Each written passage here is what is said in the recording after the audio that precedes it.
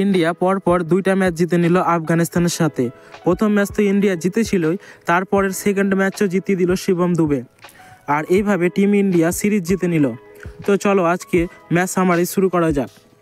তো প্রথমে আফগানিস্তান ব্যাট করতে এসেছিল, আর ব্যাট করতে এসে তাদের ব্যাটিং সেরকম স্টার্ট দিতে পারেনি।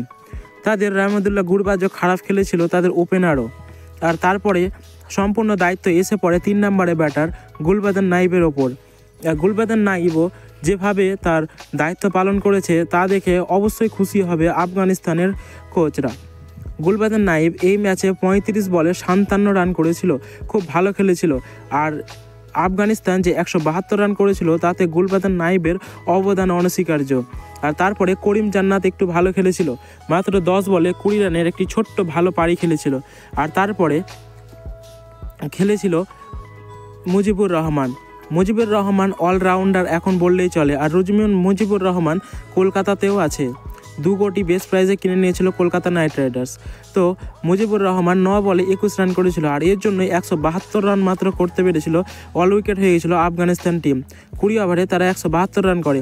তারই জবাবে ব্যাট করতে আসে ইন্ডিয়া টিম, কিন্তু এই যে 172 রানে অল আউট করেছিল আফগানিস্তান টিমকে, তাতে অর্শদীপ সিং 4 ওভারে 32 রান দিয়ে 3টা উইকেট নিয়েছিল।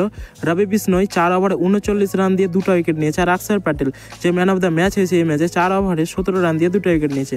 আর টিম ইন্ডিয়া এই 172 রানের পিছা করতে আসে। আর এসেই খুব ধোঁয়াধার শুরুয়াত করেছিল, কিন্তু প্রথমেই রোহিত শর্মা আউট হয়ে গেলেও তারপরে কিন্তু সেটার প্রভাব দেখা যায়নি।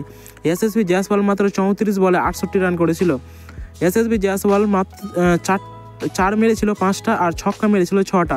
খুব ভালো খেলেছে এসএসবি জয়সওয়াল। আর তারপরে বিরাট কোহলি প্রথম ম্যাচে না খেললেও সেকেন্ড ম্যাচে চান্স পেয়েছে বিরাট কোহলি। আর বিরাট কোহলি এই ম্যাচে মাত্র 16 বলে 29 রানের মতো একটি ভালো পারি খেলেছে। সে মাত্র 5টা 4 মেরেছিল। আর তারপরে শিবম দুবে হার্দিক পান্ডিয়াকে রিপ্লেস করবে, এটা শিওর, কারণ সামনে বিশ্বকাপ আসতে চলেছে। হার্দিক পান্ডিয়া যেভাবে তার অ্যাটিটিউড দেখাচ্ছে, মনে হয় না যে ইন্ডিয়া টিম আর চান্স পাবে।